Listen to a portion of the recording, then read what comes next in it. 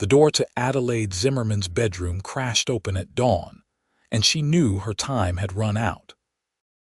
Her father stood in the doorway, his face rigid with determination, announcing that Cornelius Thornton would arrive at noon to finalize their wedding arrangements, and there would be no more delays, no more excuses, no more foolish protests about marrying a man 3 times her age who already buried 2 wives under suspicious circumstances.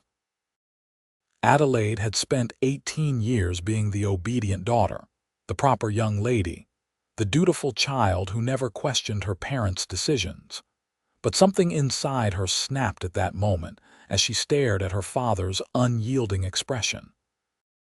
She knew with absolute certainty that if she married Cornelius Thornton, she would become the 3rd wife to meet an untimely end, and her life would be measured in months rather than years. She waited until her father descended the stairs, until she heard the heavy front door close behind him as he left for his office in town. Her mother was already at the church organizing flowers for the wedding that Adelaide had never agreed to, too consumed with social standing and the Thornton fortune to notice her daughter's fear. Moving with careful precision, Adelaide changed from her nightdress into her simplest traveling clothes, a sturdy brown dress that would not attract attention and practical boots, meant for walking rather than social calls.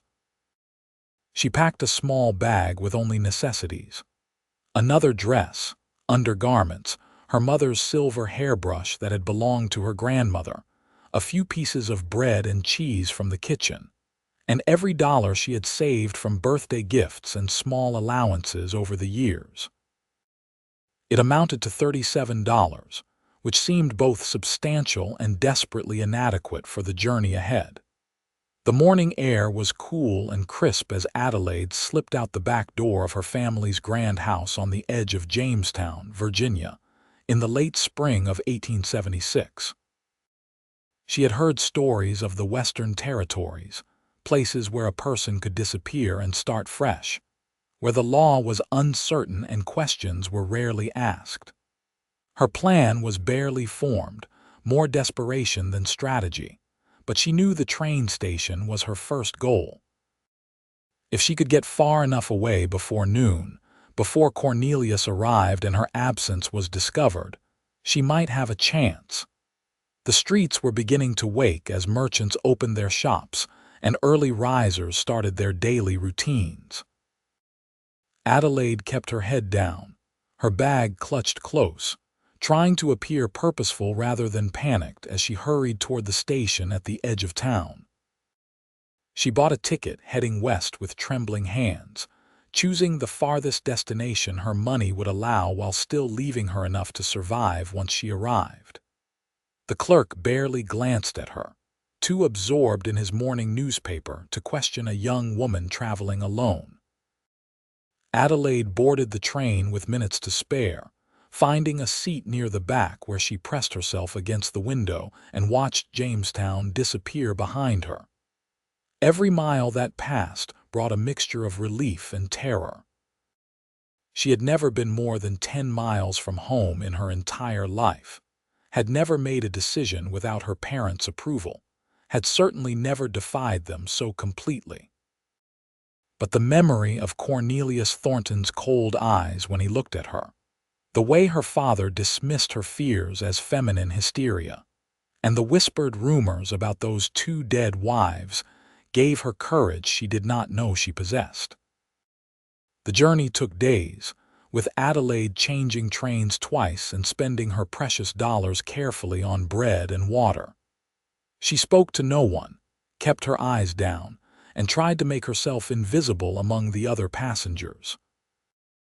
By the time she reached the rough frontier town of Denver, Colorado, her funds were nearly exhausted, and her body ached from days of uncomfortable seats and restless sleep. She stepped off the train into a world completely foreign to her refined Virginia upbringing. The streets were muddy and crowded with rough-looking men. The buildings were simple wooden structures that looked temporary, and the air smelled of horses and unwashed bodies, and something wild she could not name. Adelaide clutched her bag and tried to formulate her next move, but exhaustion and fear were making it difficult to think clearly. She found a boarding house that looked slightly less disreputable than the others, and used the last of her money to secure a room for 1 week. The proprietress, a weathered woman named Mrs. Henderson, looked her over with shrewd eyes and asked no questions, which Adelaide appreciated more than she could express. The room was tiny and spare, containing only a narrow bed and a small washstand, but it was clean and the door had a lock. Adelaide collapsed onto the bed and allowed herself to cry for the first time since leaving home. Great heaving sobs that shook her entire body as the reality of her situation crashed over her.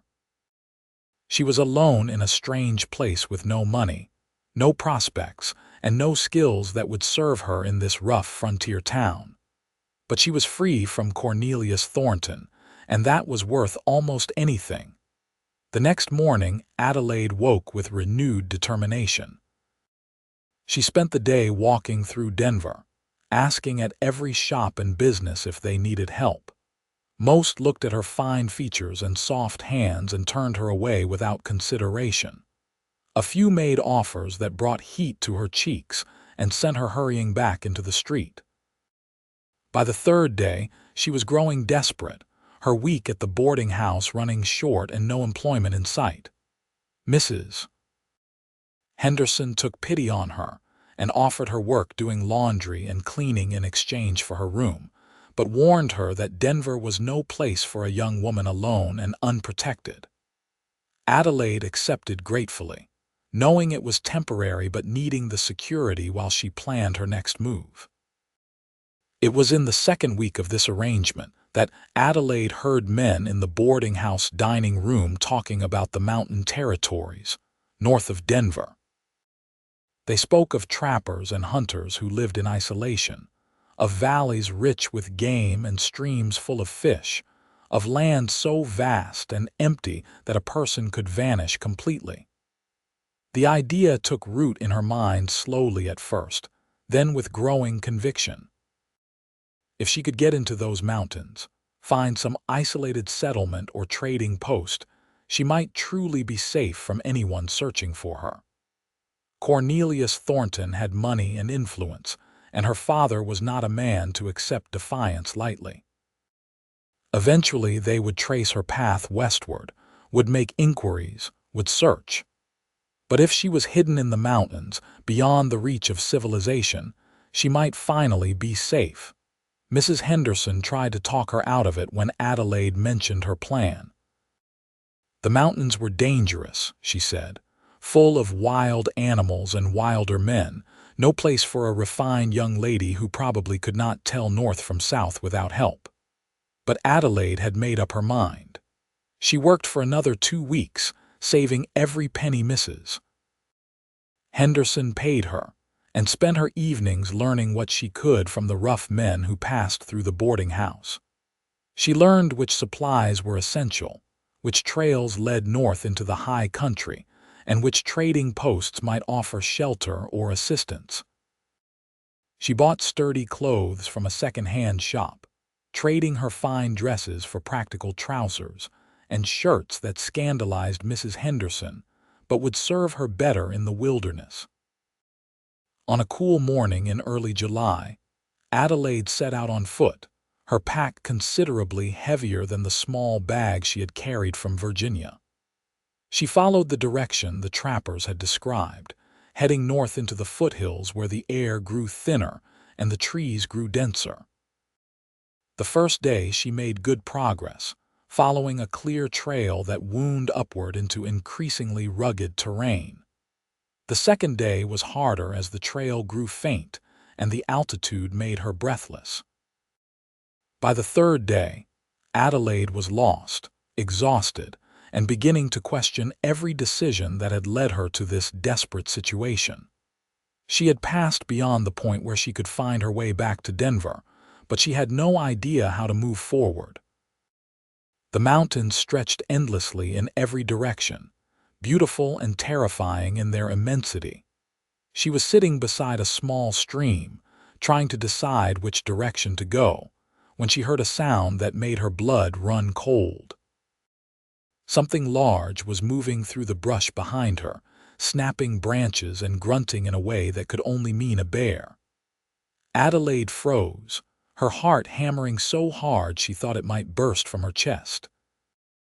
Every story she had heard about bear attacks flooded her mind, and she realized with terrible clarity that she was going to die here, alone in the wilderness, eaten by an animal because she had been too stubborn and foolish to accept her fate in Virginia. The crashing grew louder, closer, and Adelaide closed her eyes, unable even to scream. The gunshot cracked through the air so loudly that Adelaide jerked and fell backward, landing hard on the rocky ground. There was a heavy thud, then silence except for the ringing in her ears. She opened her eyes to see a massive black bear lying motionless 15 feet from where she sat. And standing beyond it, lowering a rifle, was the largest man she had ever seen. He stood well over 6 feet tall with shoulders as broad as a doorway, dressed in buckskin and fur with a thick dark beard that obscured most of his face. His eyes, however, were clearly visible, a striking blue that stood out against his tanned skin and dark hair as he stared at her with an expression somewhere between surprise and annoyance. "What in the name of everything holy are you doing up here alone?" His voice was deep and rough, as though he did not use it often. He approached the bear, checked to ensure it was dead, then turned his full attention to Adelaide, who was still sitting on the ground, too shocked to move. "Do you have any idea how close you came to being killed? Do you have any idea at all?" Adelaide found her voice, though it came out shaky and small. "I am sorry. I did not mean to cause trouble. I was just resting by the stream and it appeared and I did not know what to do." The man studied her for a long moment, taking in her city clothes, her impractical pack, her obvious inexperience. "You are about as far from civilization as a person can get in these parts. How did you even get here? Where did you come from?" "Denver," Adelaide said, struggling to her feet and trying to recover some dignity despite her terror and embarrassment. "I have been walking for 3 days. 3 days from Denver would not get you here unless you were moving fast and knew the trails." His eyes narrowed with suspicion. "Who are you running from? You are clearly running from something." The directness of the question caught Adelaide off guard. In Virginia, no one would dare ask such a personal question upon first meeting, but she was learning that frontier manners were considerably different. She considered lying but found she lacked the energy for deception. "I am running from an arranged marriage. My father intended to marry me to a man who I believe killed his previous wives. I fled rather than accept that fate." Something shifted in the man's expression, a slight softening around his eyes. "That would explain why you are stupid enough to be wandering in bear country with no weapon and no apparent skills for survival." He glanced at the dead bear, then back at Adelaide. "Can you walk?" "My cabin is about 2 miles from here. You can stay there tonight, get your strength back, and then we will figure out what to do with you. My name is Samuel Yates, and I trap these mountains." "Adelaide Zimmerman," she replied, her natural manners asserting themselves despite the bizarre circumstances. "I am grateful for your help, Mr. Yates. I truly did not intend to be so much trouble." Samuel made a sound that might have been a laugh. "Well, Miss Zimmerman, you are trouble whether you intended it or not. Help me with this bear. If I am going to use ammunition saving your life, I am at least going to harvest the meat and the hide." The next hour was unlike anything Adelaide had experienced in her sheltered life. Samuel butchered the bear with quick efficiency, explaining what he was doing in terse sentences when she asked. He packed the valuable parts onto a travois he constructed from branches, then shouldered his rifle and indicated that Adelaide should follow. The walk to his cabin took longer than 2 miles for her tired legs, but Samuel set a steady pace and did not complain when she fell behind and had to hurry to catch up. His cabin appeared suddenly in a clearing surrounded by tall pines, a solid structure built from logs with a stone chimney and a covered porch. It was larger than Adelaide had expected, with what appeared to be 2 rooms and real glass windows that must have cost a fortune to transport up the mountain. A shed stood nearby, presumably for storing furs and supplies, and a creek ran close enough to provide fresh water. The clearing was neat and well maintained, suggesting that Samuel took pride in his home despite living in isolation. "You can sleep in the main room," Samuel said as he unloaded the bear meat. "I will take the back room. There is a bolt on the door if it makes you feel safer, though I give you my word I mean you no harm. I do not get many visitors up here, and certainly not young ladies fleeing arranged marriages." Adelaide felt heat rise in her cheeks, unsure if he was mocking her or simply stating facts. "I appreciate your hospitality, Mr. Yates. I will try not to impose on you for long. If you could perhaps point me toward the nearest settlement or trading post, I can be on my way tomorrow." Samuel paused in his work and looked at her directly. "The nearest trading post is 4 days from here by mountain trails that you do not know. The nearest actual settlement is more than a week. You barely made 3 days from Denver and nearly got killed by a bear. Do you honestly think you can survive another 4 days alone?" The truth of his words stung, but Adelaide could not deny them. "I do not have much choice, Mr. Yates. I cannot go back, and I cannot stay here indefinitely imposing on your kindness." "We will talk about it after dinner," Samuel said. "Right now, I need to preserve this meat before it spoils, and you look like you are about to fall over. There is a pump by the porch and clean clothes in the trunk by the window. They will be too large, but they are cleaner than what you are wearing. Make yourself useful and start a fire in the stove if you know how." Adelaide did know how, having learned during her weeks at Mrs. Henderson's boarding house, and she found satisfaction in completing the task successfully. By the time Samuel came inside, she had a good fire going and water heating in the kettle. He raised his eyebrows in apparent surprise, but said nothing, simply went about preparing dinner with the same efficiency he had shown in butchering the bear. The meal was simple, consisting of beans, bacon, and bread, but it was the best thing Adelaide had tasted in days. They ate in silence, the only sound the crackling fire and the scrape of spoons against tin plates. After dinner, Samuel leaned back in his chair and regarded Adelaide with those disconcerting blue eyes. "Tell me the whole story. If you are going to be here even for a short time, I need to know what kind of trouble might be following you." So Adelaide told him everything, from her sheltered upbringing in Jamestown to her father's announcement, from the rumors about Cornelius Thornton to her desperate flight west. Samuel listened without interruption, his expression unreadable behind his beard. When she finished, she felt oddly lighter, as though sharing the burden had made it easier to carry. "You are right to have run," Samuel said finally. "A man who has buried 2 wives under questionable circumstances is not likely to treat a third any better. Your father was either blind or cared more for money than for your safety." He stood and moved to the window, looking out at the darkening forest. "You cannot go back, that much is certain, but you also cannot survive out here alone. These mountains will kill you as surely as Cornelius Thornton would have, just faster and probably more painfully." "Then what am I to do?" Adelaide heard the desperation in her own voice and hated it. "I cannot go back, and I cannot survive alone." "Do you have a solution, Mr. Yates, or are you simply enjoying pointing out the impossibility of my situation?" He turned back to face her, and she thought she saw the hint of a smile beneath his beard. "You have some fire in you after all. That is good. You will need it." He crossed his arms and leaned against the wall.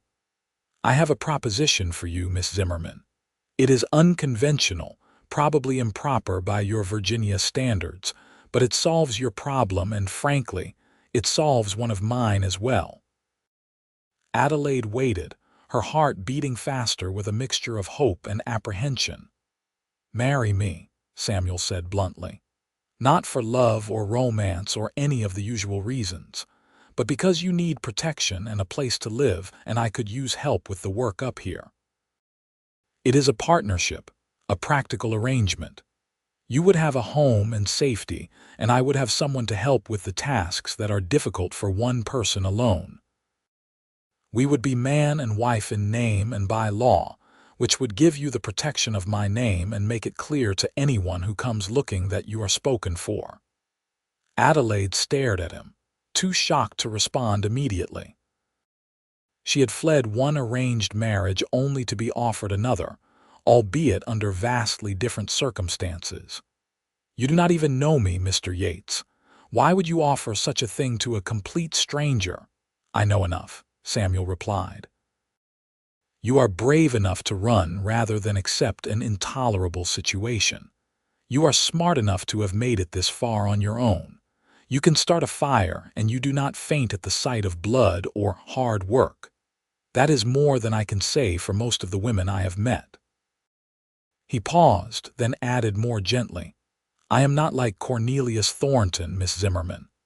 I am offering you a partnership, not ownership. You would have your own space, your own choices. If after a time you wanted to leave, I would help you get to wherever you wanted to go. But I think you might find that life up here, while hard, has its own rewards." Adelaide sat in silence, her mind racing through the implications of his offer.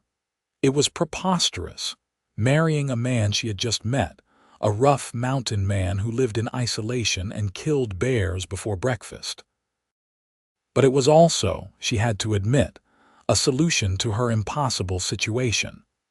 Samuel was offering her exactly what she needed: safety, shelter, and protection from those who would drag her back to Virginia. The fact that he seemed to expect nothing improper from her, that he spoke of partnership rather than possession, made the offer less frightening than it might have been. "I need time to think," she said finally. "This is not a small decision, Mr. Yates." "Take the night," Samuel agreed. "But I will need an answer in the morning. If you decide against it, I will take you to the trading post myself and make sure you get there safely. It is a 4-day journey, and it will set me back on my work, but I cannot in good conscience let you wander off alone to die in the wilderness." That night, Adelaide lay awake on the surprisingly comfortable bed Samuel had given her, listening to the unfamiliar sounds of the mountain forest and turning his proposition over in her mind. She had run from an arranged marriage only to be offered another, but the circumstances were so different that they hardly seemed comparable. Cornelius Thornton had been old and cruel, a man who viewed women as property to be used and discarded. Samuel Yates, for all his rough exterior and blunt manner, had treated her with basic respect and had offered her choices rather than demands. He was younger too, probably no more than 25 or 26, closer to her own age, which made the prospect less disturbing. More than that, Adelaide realized that she was deeply tired of running and uncertain of what she was running toward. Samuel was offering her a destination, a purpose, a place where she could stop looking over her shoulder and start building something new.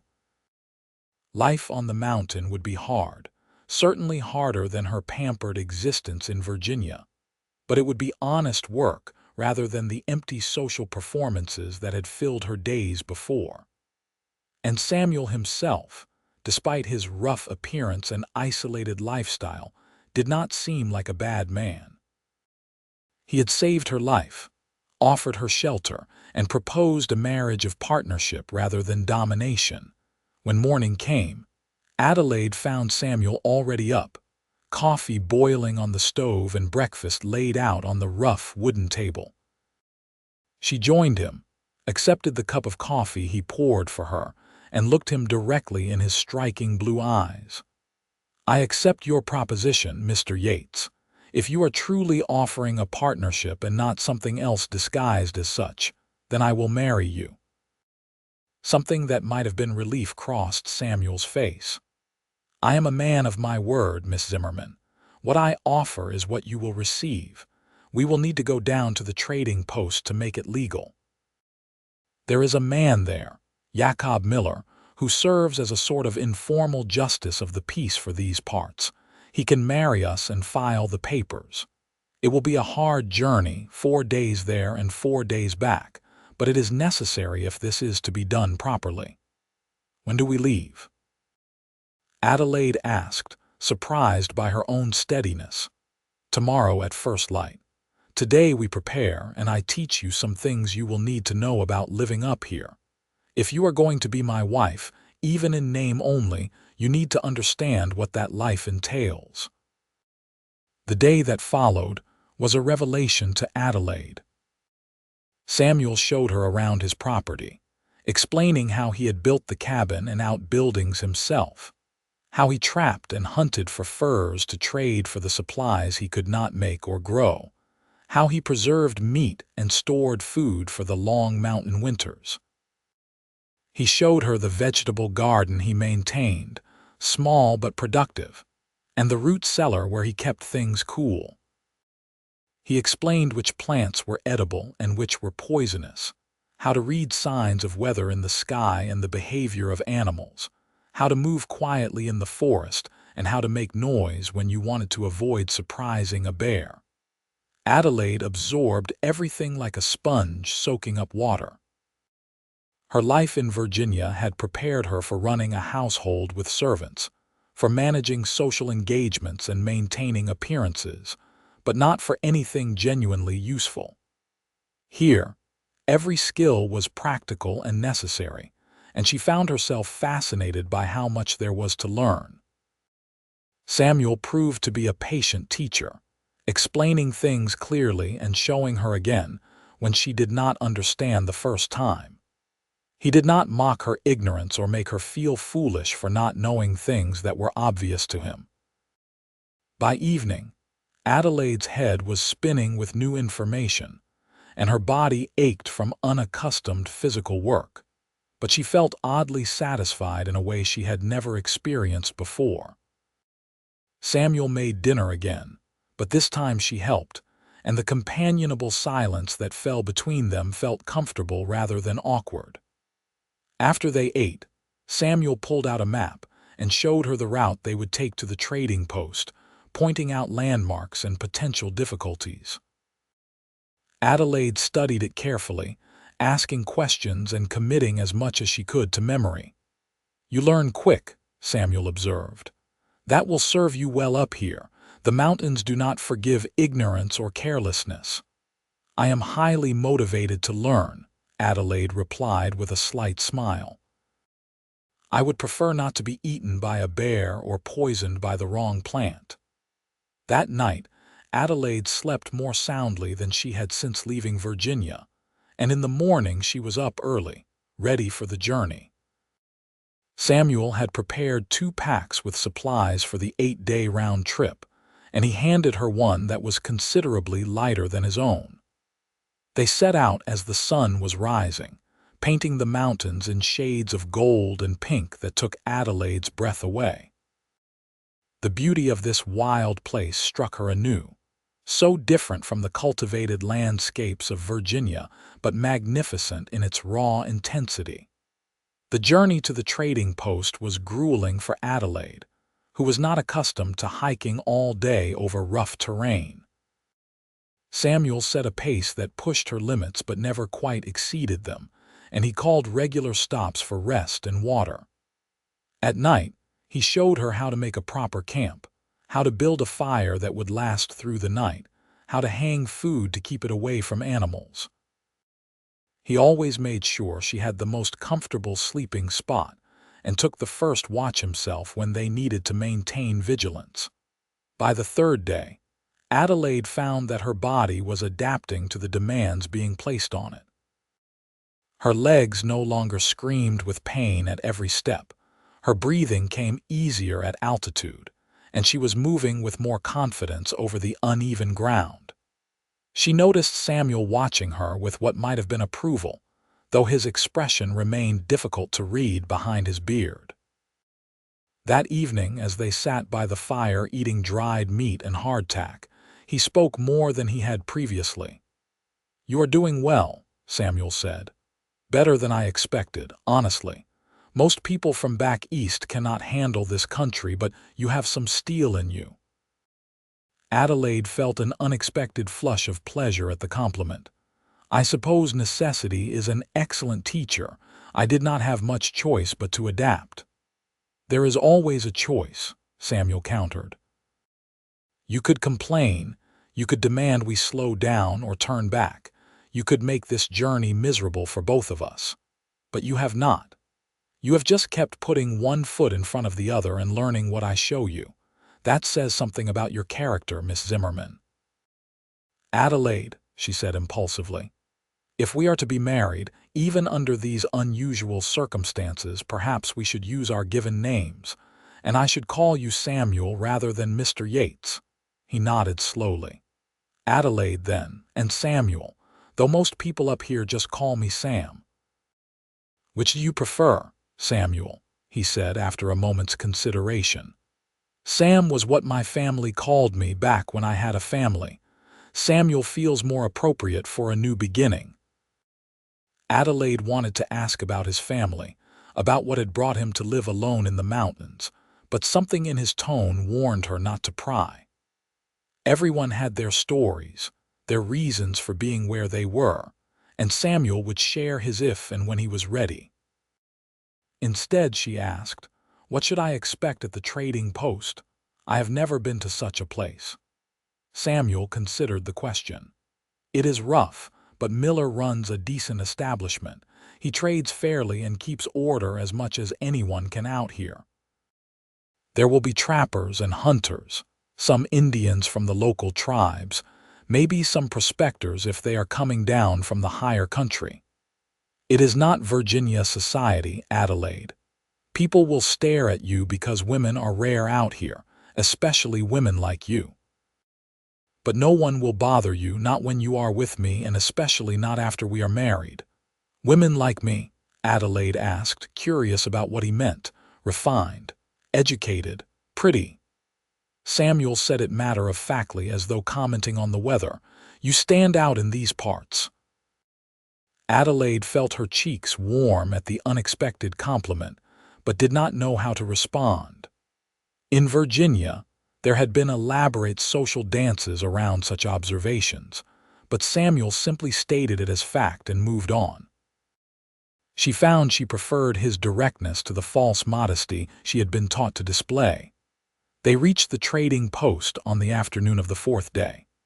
It was larger than Adelaide had imagined, a substantial log structure with several outbuildings and a corral full of horses and mules. The American flag flew from a tall pole, signifying that, despite the remoteness of the location, they were still technically in United States territory. Several men sat on the porch, and all of them looked up with interest as Samuel and Adelaide approached.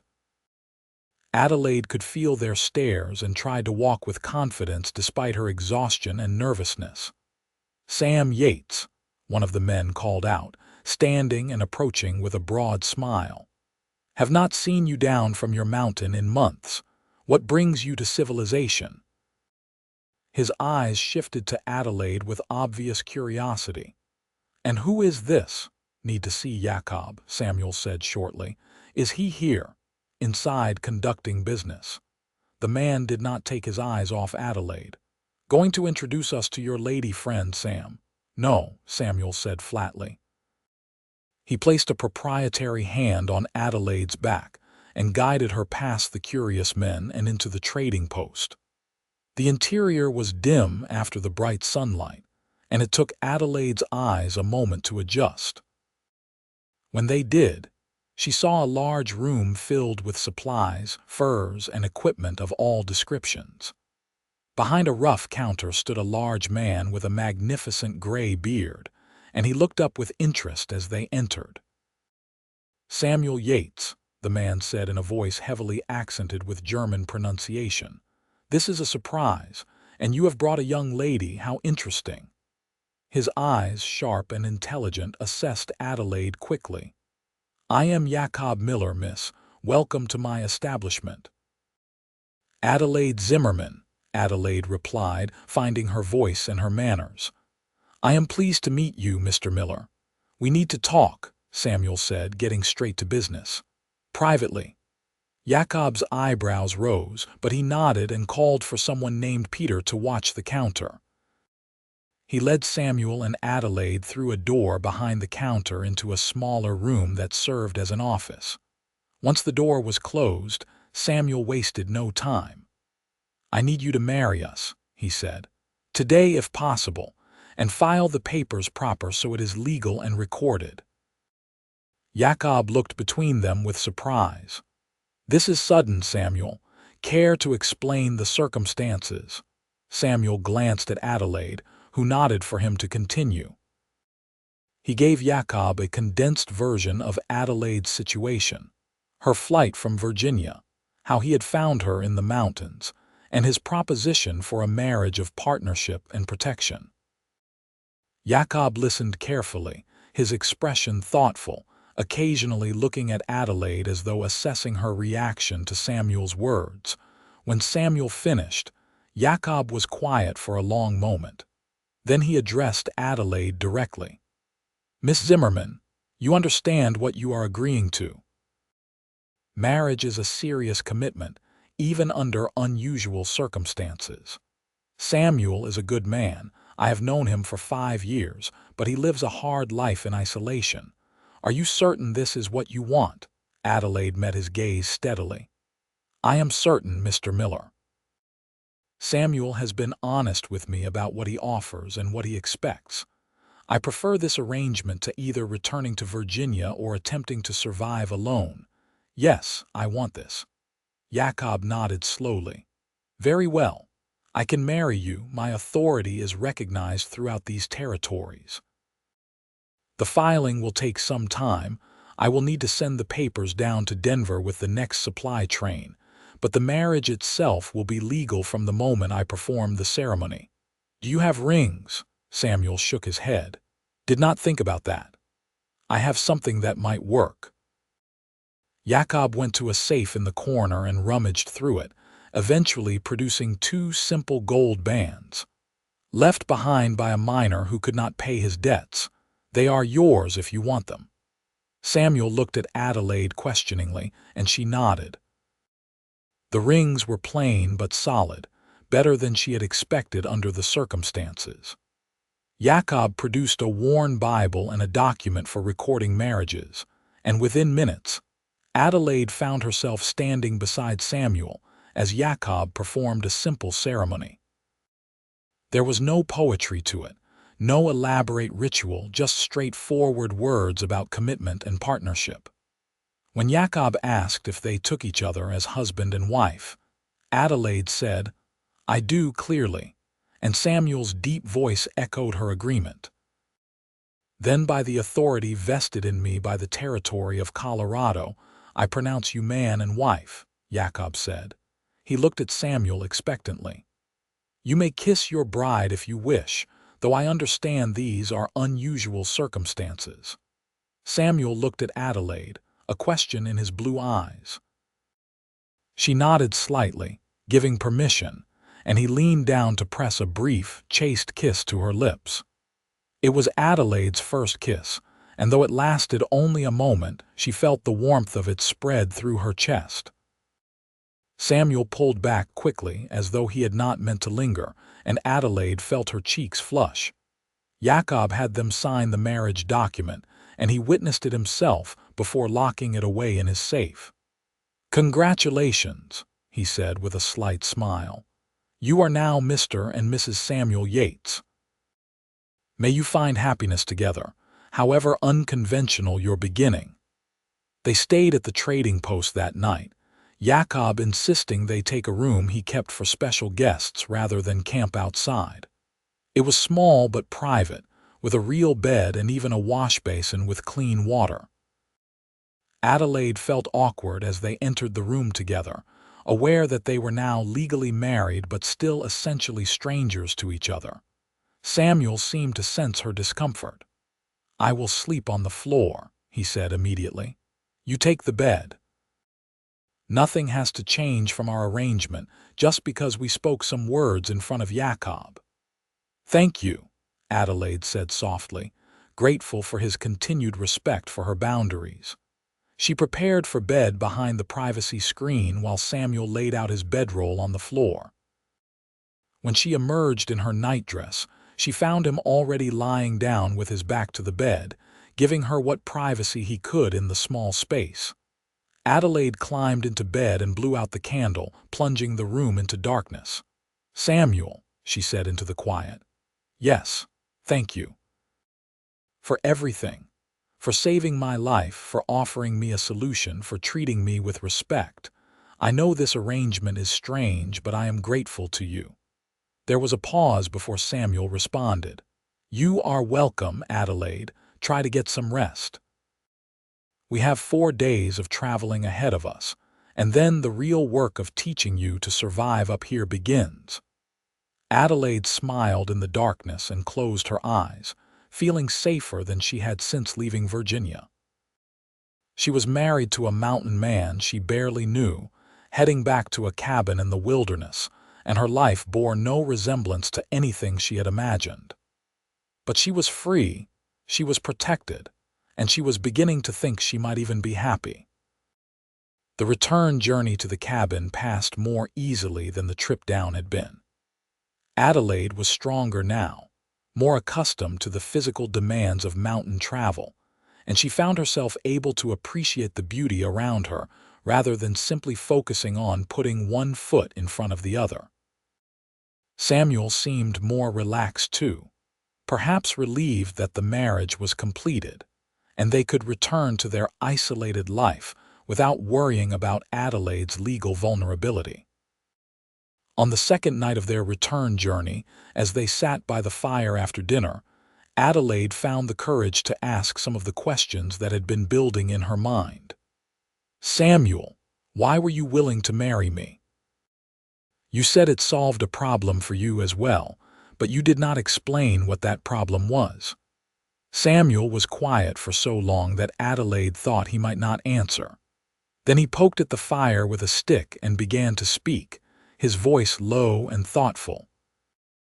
"I came up to these mountains 5 years ago after my wife died giving birth to our son. The baby died too. We had been married less than a year, and I had just started to think about building a real life with her.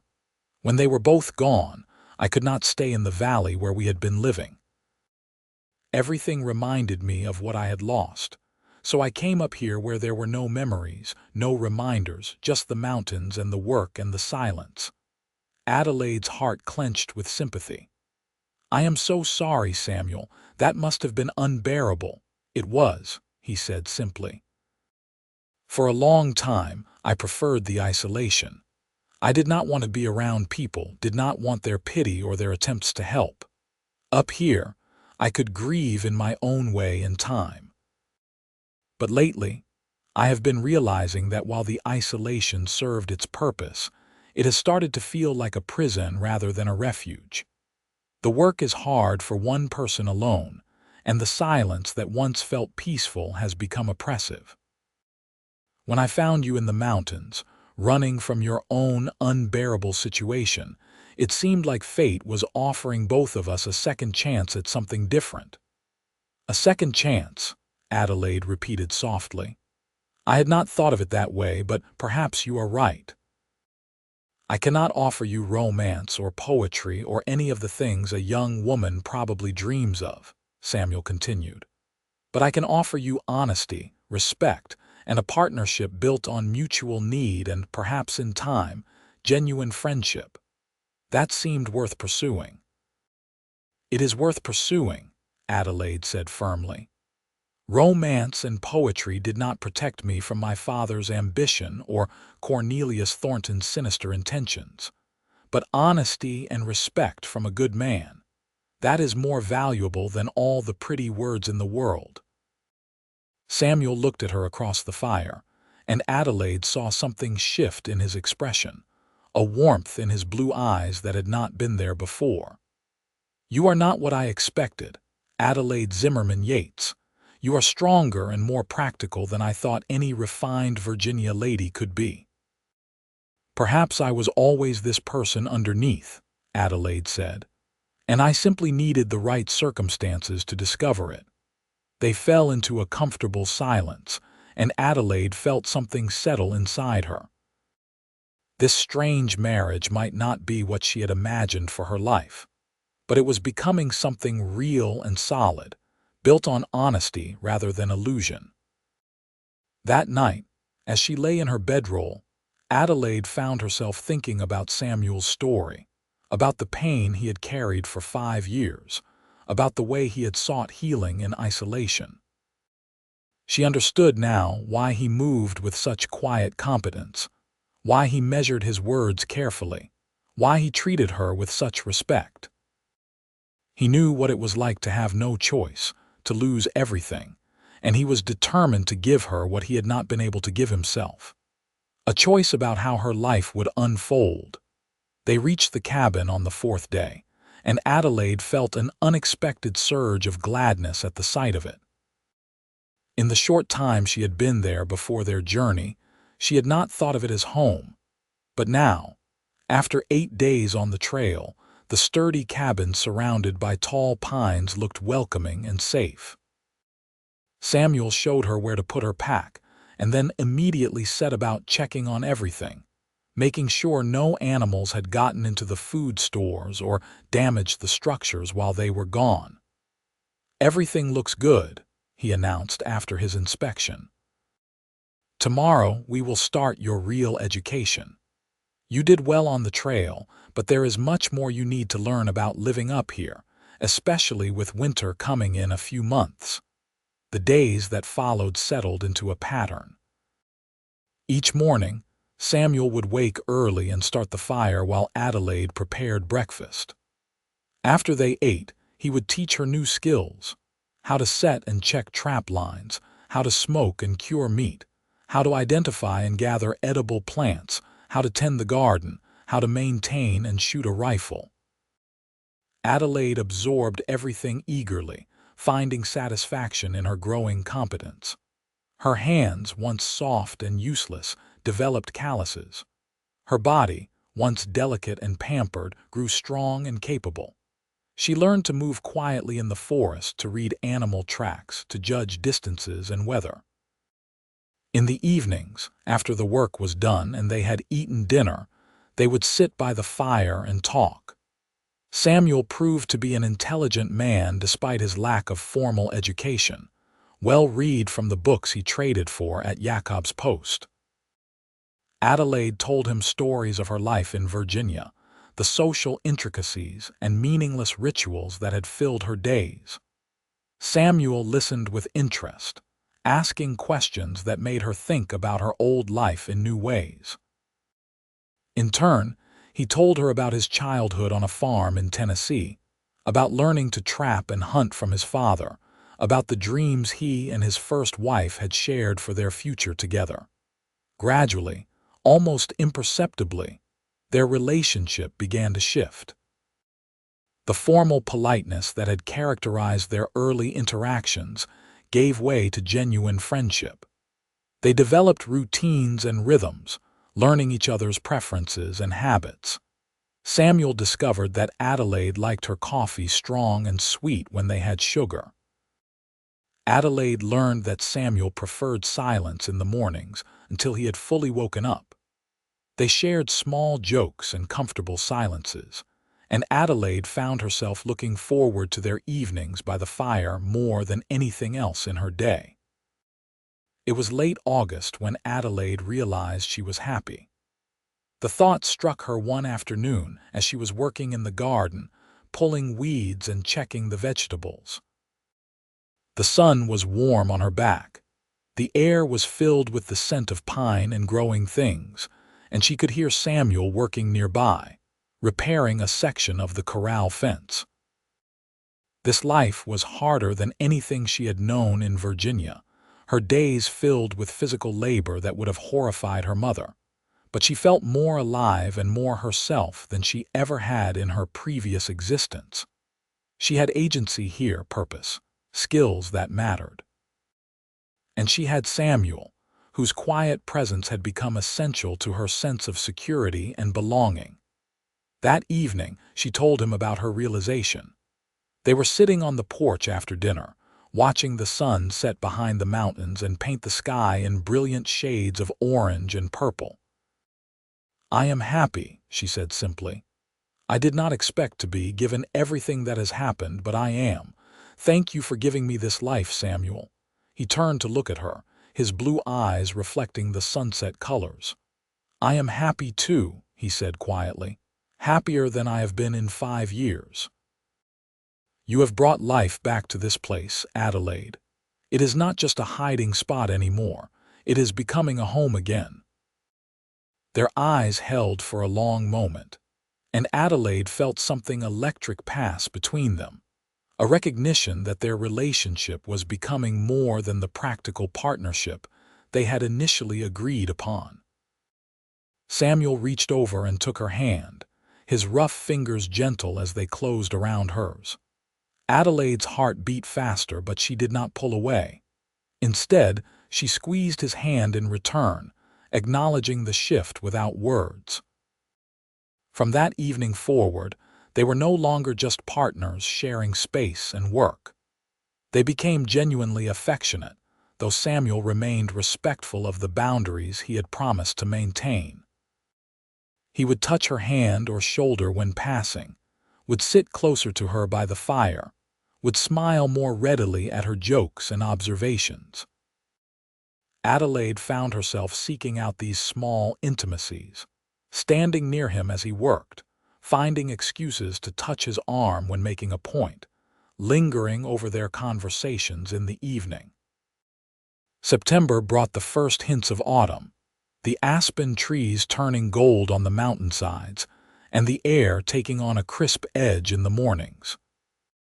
Samuel became more focused on preparing for winter, and Adelaide helped him with the intensive work of gathering and preserving food, cutting firewood, and securing the cabin against the harsh weather to come. They worked together seamlessly now, anticipating each other's movements and needs, communicating as much through gesture and glance as through words. It was during this time that Adelaide fully understood how much she had come to care for Samuel. It was not the dramatic passion described in the romantic novels she had read as a girl, but something deeper and more solid, built on respect and compatibility and shared purpose. She admired his competence and his kindness, the way he had kept his promises to her, the patience he showed when teaching her new skills. She appreciated his quiet strength and the gentleness he revealed in small moments. And she was increasingly aware of him as a man, noticing the way his muscles moved beneath his shirt when he worked, the startling blue of his eyes, the rare but genuine smiles that transformed his serious face. One evening in early October, as they prepared dinner together in the cabin, Adelaide made a decision. They had been married for nearly 3 months, and while Samuel had scrupulously maintained his promise to expect nothing improper from her, Adelaide's feelings had evolved far beyond their initial agreement. She wanted more than partnership and friendship now. She wanted a true marriage with all it entailed, but she did not know how to communicate this shift to Samuel, how to let him know that his respectful distance, while initially appreciated, was no longer necessary. She decided to start small. After they finished eating and Samuel had settled into his chair by the fire with a book, Adelaide moved to sit on the small bench beside his chair rather than in her usual seat across from him. Samuel looked up in surprise, and Adelaide met his gaze directly. "I want to talk about our arrangement," she said, her heart pounding with nervousness. Samuel closed his book immediately, his expression becoming serious and slightly concerned. "What about it? Are you unhappy? Do you want to leave?" "No," Adelaide said quickly. "The opposite, actually. I want to change our arrangement, but not in the way you are thinking." She took a deep breath, trying to find the right words. "When we married, you offered me a partnership, a marriage in name for protection and practical purposes. You promised to respect my boundaries and expect nothing improper from me. You have kept that promise faithfully, Samuel, and I appreciate that more than I can say. But my feelings have changed. We have changed, and I want to know if your feelings have changed too." Samuel stared at her, and Adelaide could see him processing her words carefully. "What exactly are you asking, Adelaide?" "I am asking if you still want only a marriage of partnership," Adelaide said, forcing herself to be as direct as he always was. "Or if you might want something more." "Because I find that I want more, Samuel. I have come to care for you deeply, more than I expected or planned. And if you feel the same way, then perhaps our marriage could become something real in every sense, not just legally but emotionally and physically as well." The silence that followed felt endless. Samuel looked at her with an intensity that made her breath catch, and she could see emotions flickering across his face too quickly to identify. Finally, he reached out and took her hand, holding it gently between both of his. "Adelaide, I have been fighting what I feel for you for weeks now," he said, his voice rough with emotion. "I did not want to pressure you or make you feel obligated to anything beyond what we agreed. But yes, my feelings have changed. I care for you more than I thought possible after losing Mary. You have become essential to me, not just as a partner in the work but as a companion, a friend, and something more. I want you to be my wife in truth if that is what you truly want, but I need to know you are certain. This is not something we can easily undo." "I am certain," Adelaide said firmly. She moved from the bench to kneel beside his chair so they were at eye level. "I know my own mind, Samuel. I am not the frightened girl who stumbled into your clearing 3 months ago. You have helped me become someone stronger and more capable, and I know what I want. I want you. I want this marriage to be real." Samuel cupped her face in his hands, his calloused palms gentle against her skin. "Then let it be real," he said softly, and he kissed her, not chastely as he had at their wedding but deeply, with all the emotion they had both been holding back. Adelaide kissed him back with equal fervor, her arms going around his neck as she poured everything she felt into the embrace. When they finally broke apart, both were breathing hard, and Samuel rested his forehead against hers. "I want to do this properly," he said.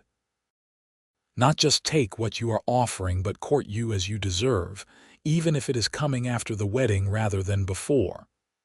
Adelaide laughed softly. "We have been doing everything backward from the start. Why stop now? But yes, Samuel, I would like that. Court me in our own way, in our own time." That night, Samuel still slept in his room and Adelaide in hers, but the walls between them felt less solid somehow, more like a temporary arrangement than a permanent division. In the days that followed, Samuel was true to his word. He courted Adelaide with a quiet intensity that she found more romantic than any grand gesture. He picked wildflowers for her before they wilted with the season's first frost. He took her to a high meadow where the view stretched for miles in every direction, and showed her the places he loved most in the mountains. He carved her a beautiful hair comb from a piece of antler, the surface polished smooth and decorated with a simple but elegant design. He told her stories from his past and listened to hers, building the foundation of genuine intimacy and understanding. Adelaide responded in kind, learning to express affection in ways that suited their life together. She made Samuel a new shirt from fabric she had brought from Denver, stitching it carefully in the evenings by firelight. She learned to cook the foods he particularly enjoyed and made special efforts to prepare them when he had worked especially hard. She asked questions about his first marriage and his lost child, giving him space to remember and grieve without judgment. She learned that sometimes the best way to show love was through comfortable silence and companionship rather than constant words. The first snow came in mid-October, a light dusting that melted by afternoon but signaled the change of season. Samuel and Adelaide worked even harder to complete their winter preparations, racing against the weather. The intimate moments between them grew more frequent and more charged. A lingering touch when passing each other, hands held while watching the sunset, kisses by the fire that grew more passionate before Samuel would reluctantly pull away, reminding them both that they had time and did not need to rush. But Adelaide felt ready, more than ready, for their marriage to be complete in every way. She was no longer afraid or uncertain. She knew Samuel, trusted him completely, and wanted to express her love physically as well as emotionally.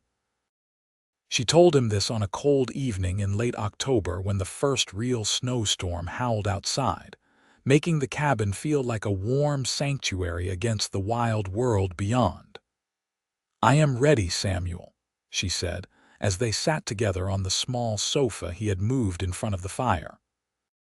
"I do not want to wait anymore. I want to be your wife fully, completely, tonight." Samuel looked at her searchingly as if making certain she truly meant it, then nodded slowly. "Tonight," he agreed. He stood and offered her his hand. Adelaide took it and let him lead her to his room, the room she had never entered before. It was sparse but clean, dominated by a large bed covered with furs and blankets. Samuel lit a candle, and the soft light cast everything in warm golden tones. What followed was tender and careful, Samuel patient with Adelaide's inexperience and nervous excitement. He made certain of her comfort and pleasure, taking his time, murmuring reassurances and affection as they explored this new dimension of their relationship. Adelaide discovered that physical intimacy with someone you loved and trusted was nothing like the frightening prospect she had once imagined with Cornelius Thornton. This was beautiful and connecting, an expression of everything they felt for each other translated into touch and closeness. Afterward, they lay together in the big bed, Adelaide's head resting on Samuel's chest as his arms wrapped around her, and she felt completely at peace. "I love you," Samuel said into the quiet, the first time either of them had spoken those specific words. "I did not plan to, did not think I could after Mary, but I do. I love you, Adelaide." "I love you too," Adelaide replied, her voice thick with emotion. "I did not know it could be like this. I thought I was running away from marriage, and instead I ran straight into one that is better than anything I could have imagined." They slept together that night, and every night afterward, their marriage now complete in every sense. As winter closed in around the cabin and the snow piled deep, Adelaide and Samuel built their life together in comfortable isolation. They worked together, ate together, slept together, and found joy in the simple rhythms of their days. The harsh mountain winter, which might have been oppressive, became almost magical as they created their own warm world inside the cabin. Adelaide learned to cook over the fire and to preserve food properly, to mend clothes and make candles, to tend the few animals they kept, and to help Samuel maintain their trap lines when the snow was not too deep. Samuel taught her to read weather signs and animal tracks, to anticipate problems before they became serious, to appreciate the stark beauty of the winter landscape. They read to each other in the evenings, played cards and chess on a set Samuel carved, and talked endlessly about everything and nothing. By midwinter, Adelaide knew with certainty that she was pregnant. Her monthly courses had stopped, her breasts were tender, and she felt queasy in the mornings. She told Samuel one evening as they lay in bed, watching firelight flicker on the ceiling, and felt him go very still beside her. "A baby," he said quietly, and Adelaide heard the complex mixture of joy and fear in his voice.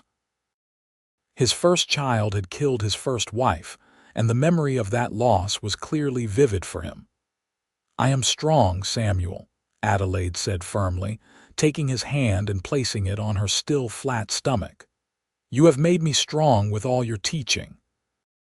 And when the time comes, we will go to Jacob's post if necessary, get whatever help is available. I am not afraid." "I am afraid," Samuel admitted. "Terrified, honestly. I cannot lose you, Adelaide. I cannot go through that again." Adelaide sat up and made Samuel look at her. "You will not lose me. I am going to be fine, and our baby is going to be fine, and we are going to raise our child together in this mountain sanctuary you built. Have faith in me, Samuel. Have faith in us." He pulled her into his arms and held her tightly. "I do have faith in you. You are the strongest person I know. And yes, we are going to raise our child together, teach them everything we know, give them a life full of love and freedom." The pregnancy progressed without major problems, though Samuel was almost comically overprotective, trying to prevent Adelaide from doing any heavy work and hovering anxiously whenever she felt ill or tired. Adelaide tolerated his concern with patient amusement, understanding that it came from love and old trauma rather than any desire to control her. She continued to do what work she could, knowing that staying active and strong would serve her better than becoming sedentary and weak. As the snow began to melt and spring approached, they discussed plans for the birth. Samuel wanted to take Adelaide down to Jacob's post well before her time came, but Adelaide insisted they wait. She felt well and strong, and she did not want to leave their cabin unless necessary. As a compromise, Samuel brought Jacob up to the cabin in early April, asking him to assess Adelaide and give them advice. Jacob, who had some medical training from his time in the German army, examined Adelaide and pronounced her healthy with no signs of complications.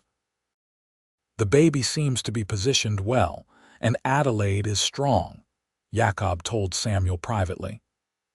"I think she can deliver here safely if that is what you both want. I can stay if you wish, or I can give you instructions and you can manage it yourselves.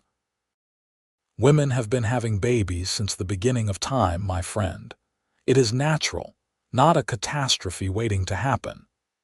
His calm practicality helped ease Samuel's fears, though he remained anxious as Adelaide's due date approached in late June. Adelaide herself felt remarkably calm, trusting her body and the process. When labor began on a warm summer evening, she woke Samuel and told him matter-of-factly that their baby would be arriving soon. Samuel immediately went into action, following the instructions Jacob had given him, boiling water and preparing clean linens, and generally trying to be useful while fighting his own panic. The labor was long and difficult, lasting through the night and into the next day, but Adelaide endured it with gritted teeth and determination. Samuel stayed with her the entire time, holding her hand when she wanted it, supporting her through contractions, offering water and encouragement. When their son finally arrived in the afternoon, a healthy baby with a lusty cry, Samuel wept openly with relief and joy. Adelaide, exhausted but triumphant, held their child and felt a surge of love so powerful it took her breath away. "What should we name him?" Samuel asked, gently touching the baby's tiny hand with one finger. "What was your father's name?" Adelaide asked. Thomas Yates. Then let us name him Thomas, Adelaide said. Thomas Samuel Yates, carrying both your father's name and yours. Samuel smiled through his tears. Thomas Samuel Yates. Welcome to the world, son. You have a strong mother and a father who will love you until the end of his days. The weeks and months that followed were exhausting as they adjusted to life with a baby, but they were also profoundly joyful. Thomas was a healthy, happy child who thrived in the mountain cabin. Adelaide recovered well from the birth, regaining her strength quickly and returning to her share of the work as soon as she was able. Samuel proved to be a devoted father, patient with the baby's cries and needs, constantly marveling at this small person they had created together. As summer turned to autumn and then to winter again, their life settled into new patterns that accommodated their growing family. Adelaide taught Thomas to speak, to walk, to recognize animals and plants. Samuel carved him toys and told him stories, already planning how he would teach his son to hunt and trap and survive in the mountains. They discussed having more children, both agreeing they wanted a large family now that the fear of childbirth had been overcome. 2 years after Thomas was born, Adelaide gave birth to a daughter they named Sarah, and 2 years after that, another son they named James. The cabin grew crowded with 3 small children, and Samuel added another room, then another, expanding their home to accommodate their expanding family. Adelaide, who had once been a pampered Virginia lady who could barely start a fire, became an expert at managing a household in the wilderness, raising children who were as comfortable in the forest as they were in the cabin. The children grew strong and capable under their parents' guidance, learning to read and write from Adelaide and learning survival skills from Samuel. Thomas, at 8 years old, could track animals through the forest and help set trap lines. Sarah, at 6, could identify edible plants and tend the garden. James, at 4, was just beginning his education but already showed his siblings' natural aptitude for mountain life. They were isolated from mainstream society but rich in family and love and purpose. Samuel and Adelaide's love for each other only deepened with time and shared experience. They had built something remarkable together, a life that honored both their strengths and supported their individual growth. Adelaide sometimes thought about her old life in Virginia and could barely recognize the frightened girl who had fled from an arranged marriage. That girl had been a stranger to herself, living according to other people's expectations and fears. The woman she had become was strong and capable and free, living a life of her own choosing with a man she genuinely loved. On their 10th wedding anniversary, Samuel took Adelaide back to the high meadow where he had courted her all those years ago. The children were old enough to be left with Jacob, who had come up to the cabin for a visit, and Samuel wanted to spend time alone with his wife. They sat together in the meadow, watching the sunset paint the mountains in brilliant colors, and reflected on the decade that had passed. "Do you ever regret it?" Samuel asked. "Running away from Virginia, marrying a stranger, living this hard life so far from civilization?" "Never," Adelaide said without hesitation. "Not for a single moment. This life is hard, yes, but it is real and it is mine. You gave me the freedom to become who I was meant to be, Samuel. How could I regret that?" "You gave me something too," Samuel said quietly. "After Mary and the baby died, I thought my life was over in any way that mattered. I was just existing, going through the motions, hiding from pain. But you brought me back to life, Adelaide. You showed me that loss does not have to be the end of the story, that there can be new chapters and new happiness even after terrible grief. I love you more now than I did on the day we married, and I loved you more then than I thought possible. You are everything to me."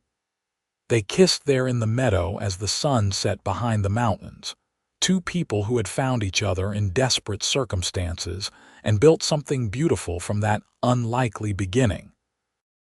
Their story was not one of easy romance or fairy tale perfection, but it was real and true and deeply rooted in respect and partnership and genuine love.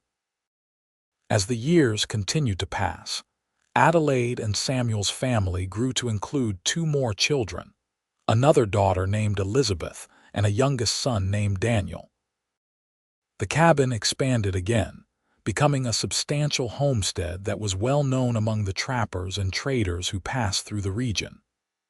Adelaide became skilled at doctoring and was occasionally called upon to help with difficult births or illnesses at Jacob's post or nearby camps.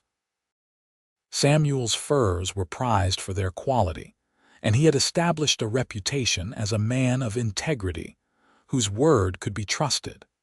Their older children began to venture out into the wider world, Thomas going to Denver to learn trading and Sarah accompanying Adelaide on her medical calls.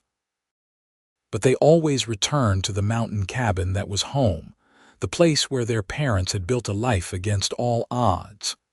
James showed talent as a craftsman, carving beautiful items from wood and antler. Elizabeth inherited her mother's intelligence and her father's love of solitude, spending hours exploring the forest and documenting the plants and animals she found. Daniel, the youngest, seemed destined to follow in Samuel's footsteps as a trapper and hunter. Adelaide and Samuel grew older together, their hair turning gray and their bodies bearing the marks of hard work and mountain living, but their love remained constant and strong. They had created not just a family but a legacy, a way of life that honored the best of both their natures. Adelaide never returned to Virginia, never contacted her parents who had tried to force her into a terrible marriage. She heard through occasional letters that reached her via Jacob's trading post that Cornelius Thornton had eventually married another young woman who had died mysteriously, less than a year later, confirming Adelaide's fears about the man's true nature. Her parents had both passed away, never knowing that their daughter had not only survived, but had thrived in a life they could never have imagined for her. On their 25th wedding anniversary, as they sat on the porch of their expanded cabin watching their grandchildren play in the clearing, Adelaide reflected on the strange journey that had brought her to this moment. She had been so frightened that morning when her father announced she would marry Cornelius Thornton, so certain that her life was over before it had truly begun. Instead, that moment had been the beginning of her real life, the catalyst that had pushed her toward the person she was meant to become, and the man she was meant to love. "What are you thinking about?" Samuel asked, taking her hand in his as they rocked gently in the chairs he had built years ago. "How perfect everything turned out," Adelaide said. "Not easy, not comfortable, but perfect in its own way. We built something real here, Samuel, something that matters." "We did," he agreed, bringing her hand to his lips and kissing it gently. "We absolutely did. And it all started because you were brave enough to run toward an unknown future rather than accept an unacceptable present. I will be grateful for that courage every day of my life." Adelaide leaned over and kissed her husband, the mountain man who had hidden her away and made her his wife, who had given her freedom and love, and a life beyond her wildest dreams. Their children and grandchildren surrounded them. The mountains stretched protectively around their homestead, and Adelaide knew with perfect certainty that she was exactly where she belonged. The sun set over the mountains as it had thousands of times before, painting the sky in shades of gold and crimson and purple. Samuel and Adelaide sat together in the comfortable silence of long companionship, hands linked, hearts joined.